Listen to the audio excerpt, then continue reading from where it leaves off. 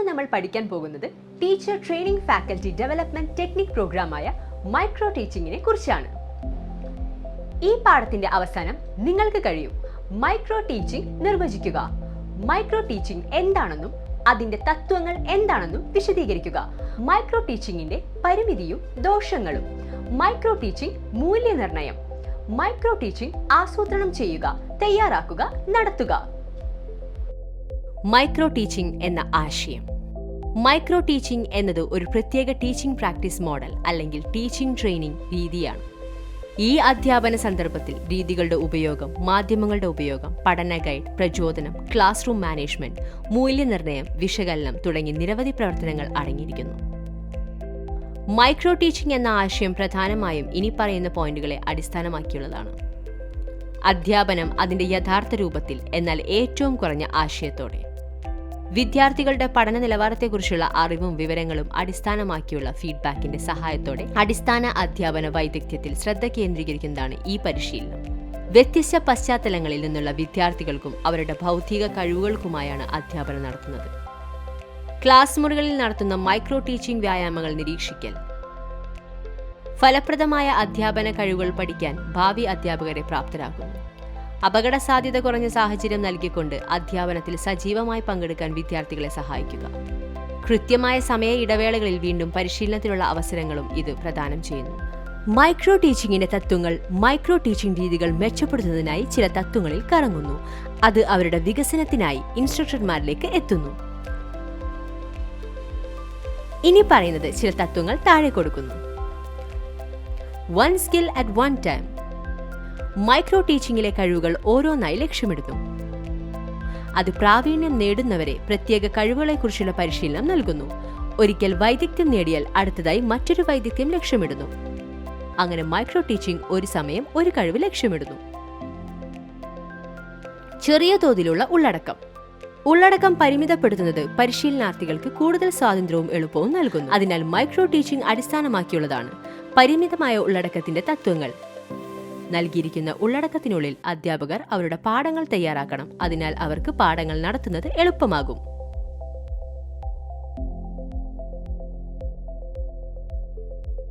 Practice makes a man perfect. അഭ്യാസം ഒരു മനുഷ്യനെ പൂർണ്ണനാക്കുന്നു. മാസ്റ്ററിംഗ് കഴിവുകൾക്ക് പരിശീലനം ആവശ്യമാണ്. ഒരു സമയം ഒരു നൈപുണ്യത്തിൽ ശ്രദ്ധ കേന്ദ്രീകരിക്കുമ്പോൾ ആ കഴിവുകൾ പരിശീലിക്കാനുള്ള അവസരം മൈക്രോ ടീച്ചിംഗ് പ്രോഗ്രാമും നൽകുന്നു.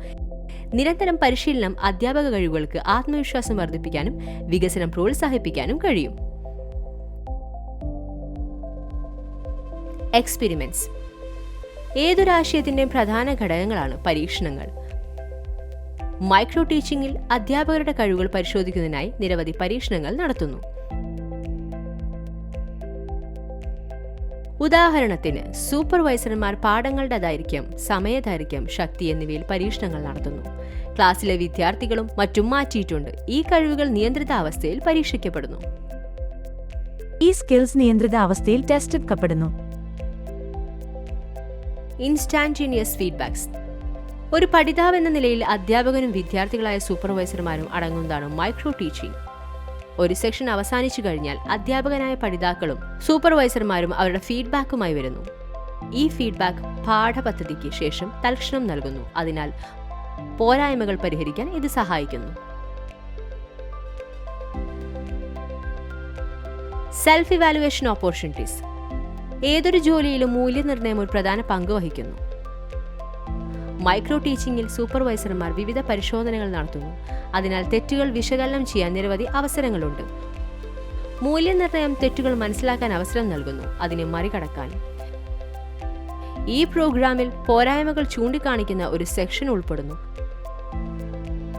പരിഹാരത്തോടൊപ്പം അങ്ങനെ മൊത്തത്തിലുള്ള മെച്ചപ്പെടുത്തൽ എളുപ്പമുള്ള ലക്ഷ്യമായി മാറുന്നു.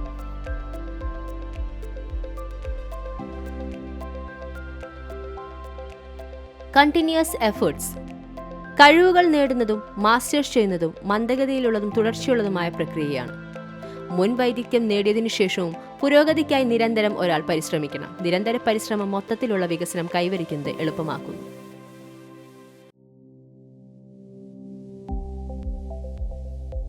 Limitations or disadvantages of micro teaching. താഴെ പറയുന്നവ ചില മൈക്രോ ടീച്ചിങ് പരിമിതികളാണ്. Hampers the creativity. സർഗാത്മകതയെ തടസ്സപ്പെടുത്തുന്നു. ഏതൊരു ജോലിയുടെയും കാതൽ സർഗാത്മകതയാണ്. അത് ചുമതലയോടൊപ്പം മുന്നേറുന്നു. എന്നിരുന്നാലും മൈക്രോ ടീച്ചിംഗ് പ്രക്രിയയിൽ പരിമിതമായ കാലയളവിൽ ആ സർഗാത്മകത പുറപ്പെടുവിക്കാൻ പ്രയാസമാണ്. അതിനാൽ സർഗാത്മകതയുടെ ബാറുകൾ വർദ്ധിപ്പിക്കുന്നതിന് മൈക്രോ ടീച്ചിംഗ് സംഭാവന നൽകുന്നില്ല. Training staff. മികച്ച അധ്യാപനം മികച്ച പഠനാനുഭവം പ്രോത്സാഹിപ്പിക്കുന്നു. അതുപോലെ മെച്ചപ്പെട്ട അധ്യാപനത്തിന് ഒരാൾ കൂടുതൽ നന്നായി പഠിക്കേണ്ടതുണ്ട്. പരിശീലനവും മൈക്രോ ടീച്ചിംഗ് കോഴ്സ് ആ അനുഭവം നേടുന്നതിന് അധ്യാപകർക്ക് പ്രയോജനം ചെയ്യുന്നു. പക്ഷേ അധ്യാപകരെ പരിശീലിപ്പിക്കുന്നതിന് നന്നായി പരിശീലനം നേടിയ അധ്യാപകർ ആവശ്യമാണ്.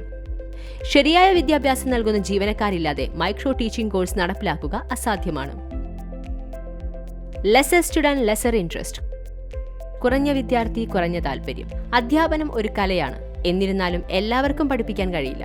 ഏതൊരു ജോലിക്കും അഭിനിവേശവും താല്പര്യവും ആവശ്യമാണ്. അത് പുരോഗതിക്കായി പരിശ്രമിക്കുന്നതിൽ ഒരു പ്രധാന പങ്ക് വഹിക്കുന്നു. മൈക്രോ ടീച്ചിംഗ് പ്രോഗ്രാമിൽ പരമാവധി 3 മുതൽ 4 വിദ്യാർത്ഥികളുണ്ട്. അതിനാൽ കുറഞ്ഞ വിദ്യാർത്ഥികൾ മെച്ചപ്പെടുത്താൻ അധ്യാപകരെ പ്രചോദിപ്പിക്കുന്നതിൽ പരാജയപ്പെടുന്നു. പകരം അധ്യാപകരുടെ താല്പര്യം പൂർണ്ണമായും നഷ്ടപ്പെടാനുള്ള സാധ്യതയുണ്ട്. Waste a lot of time. Micro teaching എന്നത് അധ്യാപക അധിഷ്ഠിത പ്രവർത്തനമാണ്. അധ്യാപന സാങ്കേതിക വിദ്യകളിലെ കാര്യക്ഷമത മെച്ചപ്പെടുത്തുന്നതിലാണ് ഇവിടെ ശ്രദ്ധ കേന്ദ്രീകരിക്കുന്നത്. ഓരോ സെഷനും കുറഞ്ഞത് 5 മുതൽ 10 മിനിറ്റ് വരെ നീണ്ടു നിൽക്കും. ഈ കാലയളവിൽ അധ്യാപന കഴിവുകൾ വികസിപ്പിക്കുക എന്നതാണ് ലക്ഷ്യം. അതിനാൽ വിദ്യാർത്ഥികളുടെ പഠനം അവഗണിക്കപ്പെടുന്നു. ഇത് തീർച്ചയായും വിദ്യാർത്ഥിയുടെ സമയം പാഴാക്കുന്നു. കാരണം ഇത് അവന് പ്രയോജനം ചെയ്യില്ല. കൂടാതെ നിരവധി തവണ പരിശീലിപ്പിക്കുന്നതിന് വിവിധ കാലഘട്ടങ്ങളിൽ വിവിധ വിദ്യാർത്ഥികളെ വിളിക്കുന്നു. ഇത് അവരുടെ മൊത്തത്തിലുള്ള അക്കാദമിക് പഠനത്തെ തടസ്സപ്പെടുത്തിയേക്കാം. അതിനാൽ എല്ലാം മനസ്സിൽ വെച്ചുകൊണ്ട് പരിശീലന പരിപാടി നടത്തുന്നത് അഭികാമ്യമാണ്. Training period timing. Micro teaching program teaching സ്റ്റാഫിന് പ്രയോജനകരമായ ഒരു കോഴ്സാണ്. അധ്യാപന രംഗത്തെ അധ്യാപകരുടെ സമഗ്ര വികസനത്തിലുള്ള വാഗ്ദാനമായ രീതിയാണ്. എന്നിരുന്നാലും ഈ പ്രോഗ്രാമിന് ഒരു ചെറിയ പോരായ്മയുണ്ട്. ആവശ്യമായ എല്ലാ കഴിവുകളും ശരിയായി വികസിപ്പിക്കുന്നതിന് പരിശീലന കാലയളവ് പര്യാപ്തമല്ല. കൂടാതെ ഒരു ട്രെയിനിക്ക് ഒരിക്കൽ പരിശീലിക്കാൻ ഏകദേശം 35 മിനിറ്റ് ആവശ്യമാണ്. 5 മണിക്കൂറിനുള്ളിൽ 10-ൽ കൂടുതൽ പരിശീലനത്തിന് പരിശീലനം നൽകരുത്. ഇത് തീർച്ചയായും സമയമെടുക്കുന്ന പരിപാടിയാണ്. Non realistic and practical. Micro teaching എന്നാൽ വളരെ വിപുലമായൊരു പഠന രീതിയാണ്. അതിന് അതിൻ്റെതായ പരിമിതികളുണ്ട്. അത് വരുമ്പോൾ വൈവിധ്യമാർന്ന തലത്തിലുള്ള വിദ്യാർത്ഥികളെ ഒരേ സമയം പഠിപ്പിക്കുന്നത് ഒരു ബുദ്ധിമുട്ടായി മാറുന്നു. പരിശീലന സമയത്ത് വിദ്യാർത്ഥികളുടെ ശക്തി പരിമിതമാണ്. എന്നിരുന്നാലും വിദ്യാർത്ഥികളുടെ ശക്തി വർദ്ധിക്കുമ്പോൾ അതൊരു പ്രശ്നമായി തോന്നുന്നു. യഥാർത്ഥ ക്ലാസ് റൂം പ്രശ്നങ്ങളിൽ നിന്ന് അധ്യാപകരെ അകറ്റി നിർത്താൻ ഈ പ്രോഗ്രാം കൈകാര്യം ചെയ്യുന്നു. അതിനാൽ ക്ലാസ് റൂം പെരുമാറ്റം നിലനിർത്താൻ ട്രെയിനികൾക്ക് ബുദ്ധിമുട്ടാവുന്നു. മാത്രമല്ല കൃത്രിമ സാഹചര്യം അധ്യാപകർക്ക് തത്സമയ സാഹചര്യം തയ്യാറാക്കാൻ സഹായിക്കുന്നില്ല. One alone is not sufficient. Professor Robert ബുഷും ഡ്വൈറ്റ് അലനും ചേർന്ന് സ്റ്റാൻഫോർഡ് സർവകലാശാലയിൽ നവീകരിച്ച ഒരു ആശയമാണ് മൈക്രോ ടീച്ചിംഗ്.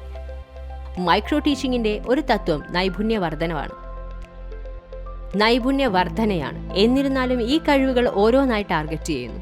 അതിനാൽ നൽകിയിരിക്കുന്ന കാലയളവിനുള്ളിൽ വികസിപ്പിക്കപ്പെടുന്നില്ല. അതിനാൽ വിവിധ മൈക്രോ ടീച്ചിംഗ് ടെക്നിക്കുകളുടെ സംയോജനം ആവശ്യമാണ്.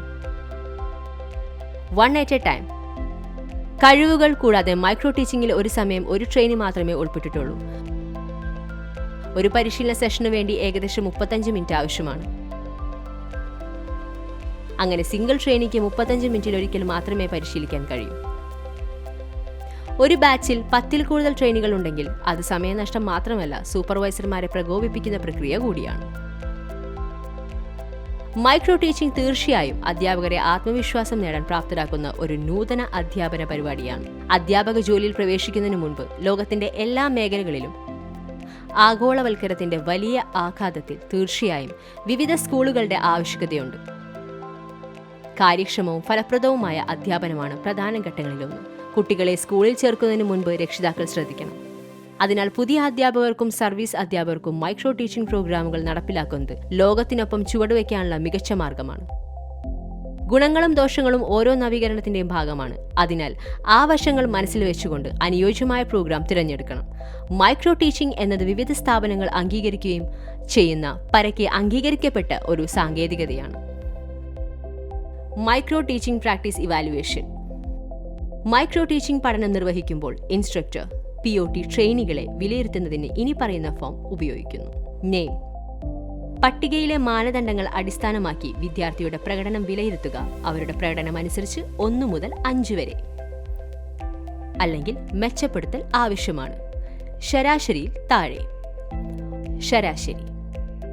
നല്ലത്, മികച്ചത്. സ്ട്രെങ്ത്, ശക്തി. വീക്ക്നെസ്, ബലഹീനത. Micro teaching practice. ഓരോ ട്രെയിനിയും 10 മിനിറ്റ് ദൈർഘ്യമുള്ള അല്ലെങ്കിൽ ഒരൊറ്റ ലക്ഷ്യം തിരഞ്ഞെടുത്ത് മൈക്രോ ടീച്ചിംഗ് നടത്തും. അവന്റെ അല്ലെങ്കിൽ അവളുടെ വ്യാപാര വിഷയവുമായി ബന്ധപ്പെട്ടത്. മൈക്രോ ടീച്ചിംഗ് നടത്തുന്നതിന് ആസൂത്രണം ചെയ്യുക. 10 മിനിറ്റ് അവതരണ കാലയളവിലേക്ക് മൈക്രോ ടീച്ചിംഗ് നടത്തുക.